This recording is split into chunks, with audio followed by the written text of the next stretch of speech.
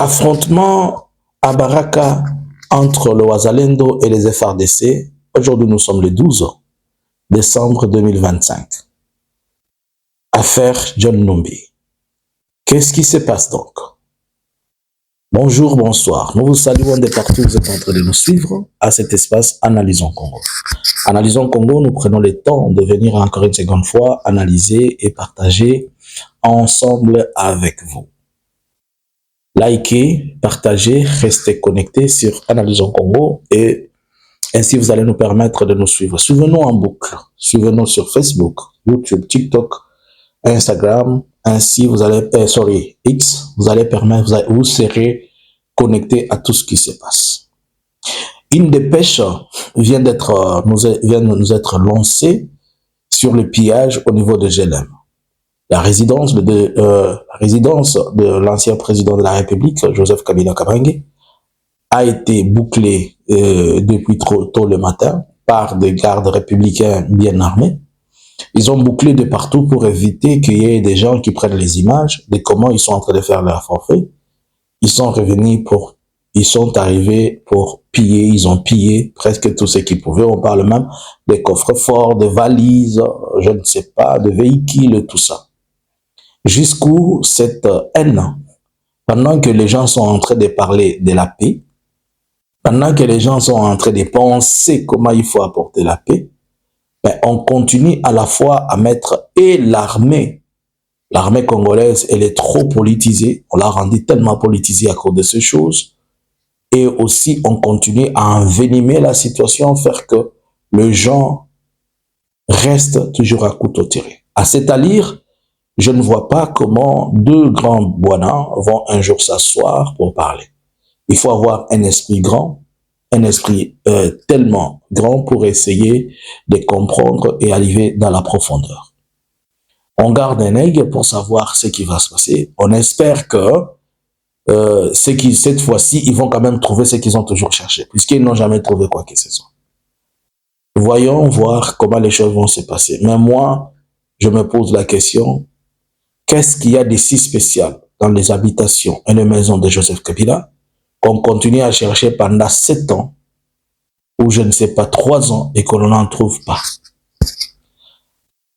Cette attitude belliqueuse de Félix, avec ses services, envenime la situation au lieu de la rendre facile. Ok. Baraka, nous sommes dans le territoire de Fizi, à plus de 50-60 km de la ville, de la cité d'Ouvira. Après Ouvira, il y a Mboko. On a Makobola, plutôt Mboko, avant d'arriver à Makobola. Et il est noté depuis le 11, c'est-à-dire depuis hier, la prise de Makobola par les forces de l'AFC alliées à l'AFC M23, les Twirano, qui ont pris la cité de Makobola. Cela revient à dire que les FRDC sont totalement là-bas vers Mboko, qui serait à une trentaine de kilomètres d'Ouvira. Mais aujourd'hui, à l'heure où nous sommes en train de vous parler, toute la journée, on ne sait pas encore le bilan exactement, les Wazalendo s'affrontent avec les FRDC. Il faut noter que tous les FRDC qui ont quitté Ouvira, ils ont bâti retraite jusqu'à arriver à Baraka. Mais Baraka, c'est le fief de Wazalendo, notamment le big boss, le général qui s'est fait passer, qui est Yakutumba. Et à ce point, arrivé là, les Wazalendo ont demandé au FRDC de déposer les armes s'ils veulent avancer, comme ça, et ils vont récupérer les armes. Même scénario qui était arrivé encore lorsqu'ils s'étaient repliés d'Ouvira. Mais les FRDC aussi étant des militaires, ils ne peuvent pas donner leurs armes aux Wazalendo. C'est dans ce sens-là que le Wazalendo s'affronte avec les FRDC. Le bilan est encore inconnu. Il faut noter que si vous êtes à Baraka, Baraka est presque à 150 km, entre 150 et 200 km de la province du Tanganyika. À partir de Baraka, vous êtes au moins à 160 km de Nyunzu. Vous arrivez dans le territoire vous arrivez à Nyunzu, c'est facile. À partir de Baraka, vous êtes presque dans cette agglomération du Tanganyika, Kalemi, Nyunzu, et vous allez vous avancez vers Congolo et tout ça. Cependant, à partir des Baraka, vous atteignez le territoire de Tanganyika pour aussi foncer vers Moba. C'est pour dire que Baraka est trop stratégique pour le moment. Il ne faut pas oublier qu'il y a aussi une autre route de Baraka qui va vers Ombo. Et c'est là aussi vous permet de vous connecter dans les territoires de choses de Tanganyika, mais aussi à Baraka, vous pouvez aussi piquer. Vous allez vers le territoire de Maniema. C'est-à-dire, Baraka devient un carrefour trop important et Baraka est tellement utile que ça sera la cible prochaine de l'AFC Bar M23. Cependant, pour y arriver, c'est pas aussi facile puisque c'est un fief de Wazalendo. Mais il y a quelque chose qui est en train de se passer, dont peut-être nous avons dit, nous vous avons alerté pour ça, que le Wazalendo, il y avait un pourparler pour que la grande partie, la majorité des Wazalendo comprennent et reviennent à la raison. Eux, de bruit sont en train de dire que plusieurs des généraux de Wazalendo se sont ralliés au AFC Bar M23. Bonne ou mauvaise chose? Nous allons dire que, premièrement, c'est une bonne chose puisqu'ils se battent tous pour dire qu'ils protègent leurs terres. Les Wazalendo combattent pour leurs terres. La AFC Bar M23 dit qu'ils combattent pour leurs terres aussi pour des intérêts politiques. Mais vous allez comprendre ici que les Wazalendo ne sont pas politiques. Ils n'ont pas une branche politique, ils n'ont que la branche armée. Et donc cela fait que dans chaque discussion, ils ne sont pas partie prenante. C'est-à-dire, on discute par procuration pour eux. Soit le gouvernement de Kinshasa discute pour eux, soit une autre personne discute pour eux. Et quand le gouvernement de Kinshasa discute, il ne les priorise pas, puisqu'ils sont transitaires. Il faudrait peut-être laisser une petite brèche à Bitakwira, à Nzangi et tout ça pour que les gens parlent au nom de qui? Au nom de Wazalendo. Alors c'est comme ça que le Wazalendo, n'étant pas, ils subissent beaucoup de décisions et il y a une lanterne pour que l'on puisse aussi les écouter. Alors c'est mieux qu'ils se regroupent aussi comme ça en association, même si je vais appeler ça association ou regroupement, et qu'ils aient une voix politique, mais en intégrant une structure aussi qui peut permettre qu'ils puissent être écoutés. N'oublions pas que, aussi longtemps que les Wazalendo restent avec le gouvernement, les Wazalendo seront toujours traités comme des forces négatives selon les accords et selon les conventions avec lesquelles ils ont pris au niveau international, avec par exemple l'accord de Washington, avec le processus de Doha. Et avec ça, les Wazalendo étant toujours tantôt plus tôt, ils ont un grand risque de voir toutes les forces se rallier et les combattre. Et on associe souvent le Wazalendo au FDLR, c'est-à-dire on fera du problème Wazalendo un problème qui sera interminable. Alors certaines personnes ont compris. Et surtout, la sortie de Félix récent sur son état de la nation, c'était du poison pour eux, puisque dans l'état de la nation, Félix n'a pas mentionné, il n'a pas parlé des efforts ou bien de l'efficacité des Wazalendo, il les a laissés tels qu'ils pouvaient les laisser et ça n'a pas donné quelque chose de bon. Puisqu'il a dit qu'il n'y aura pas de brassage et tout ça. Alors que les Wazalendo ne pourront qu'intégrer l'armée que via les brassages et les mixages. Et pour ce fait, les Wazalendo se retrouvent, non, c'est pas normal. Comment? Et sur le front, ils ne sont pas ravitaillés. Depuis qu'on les a promis des salaires, des ceci, on ne les retrouve pas. Il y a tellement de choses. Mais moi, je vais être prudent avec le Wazalendo.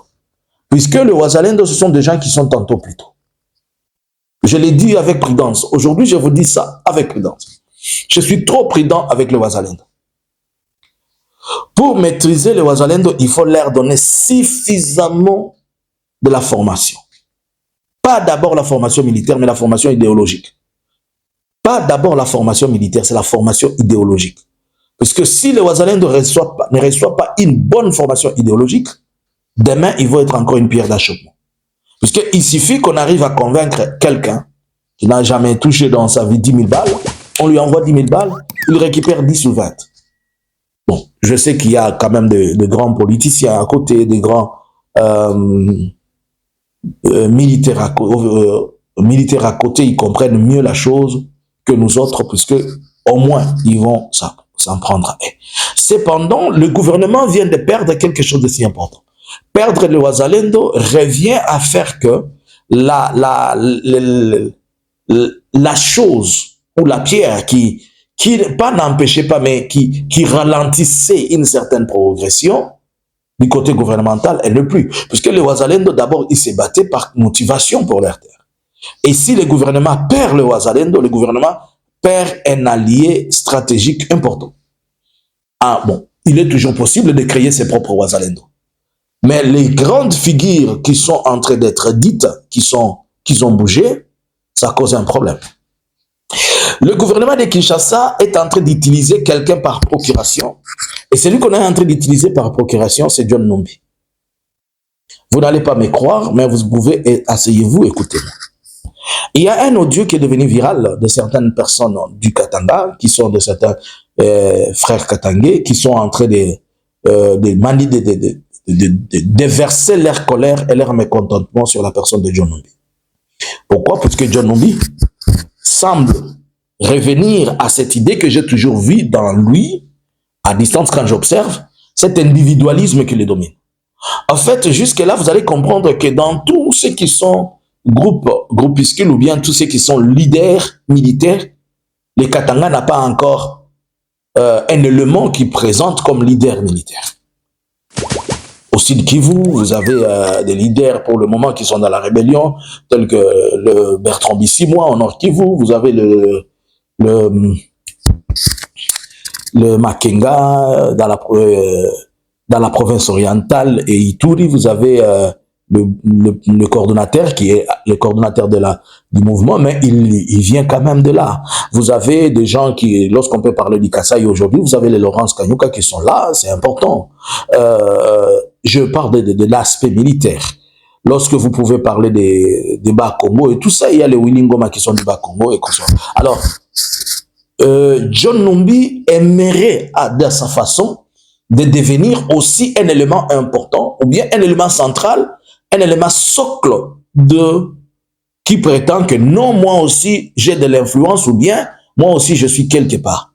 Mais n'ayant pas la facilité de pouvoir s'associer aux autres, puisqu'il veut l'individualisme. Et si je comprends tout ça, John Numbi, il est en train de réfléchir comme Katumbi. Il réfléchit comme Katumbi, puisque Katumbi, au moins, il réfléchit sur l'aspect politique.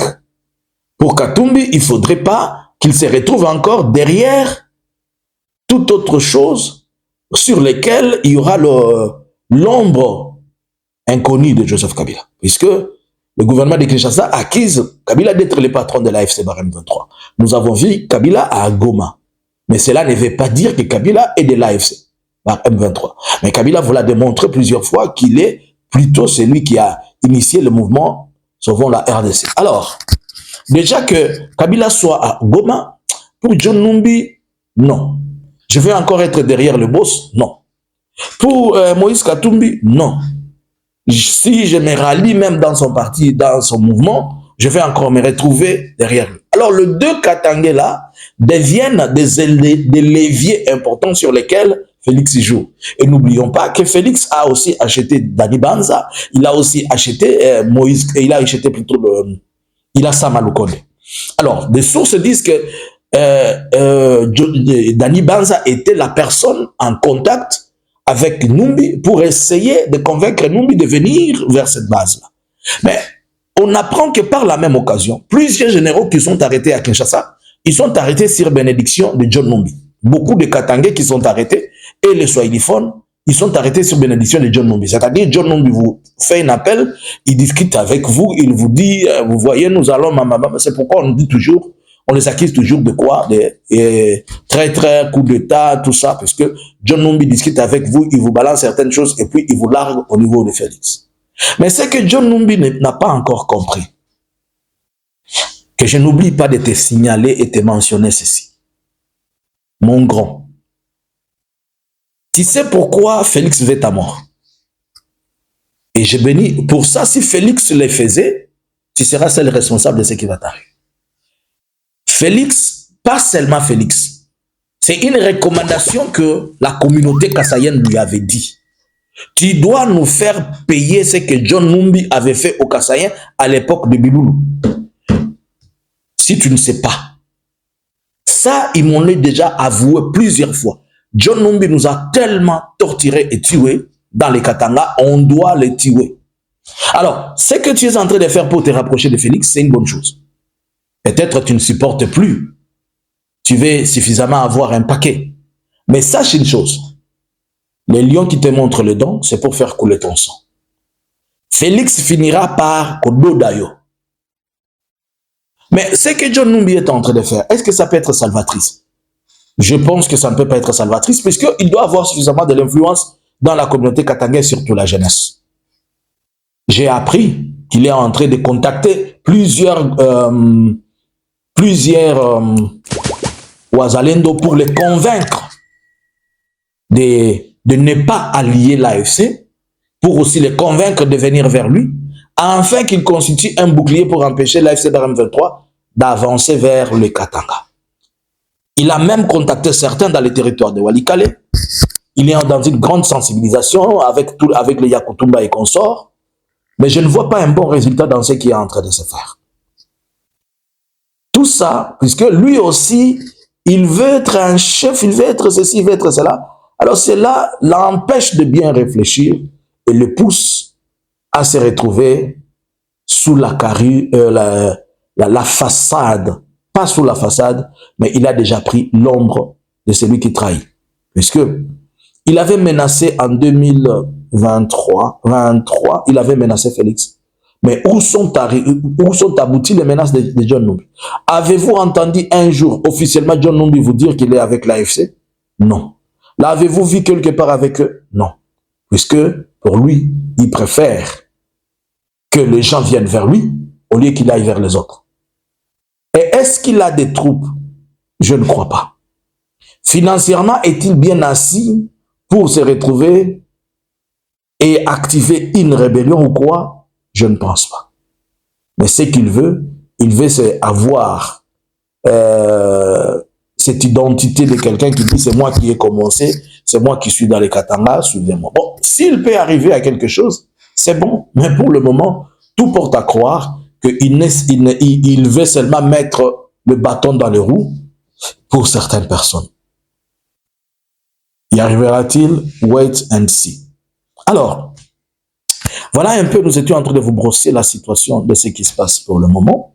Et nous gardons contact avec vous. Nous allons encore nous retrouver d'ici dans nos lives.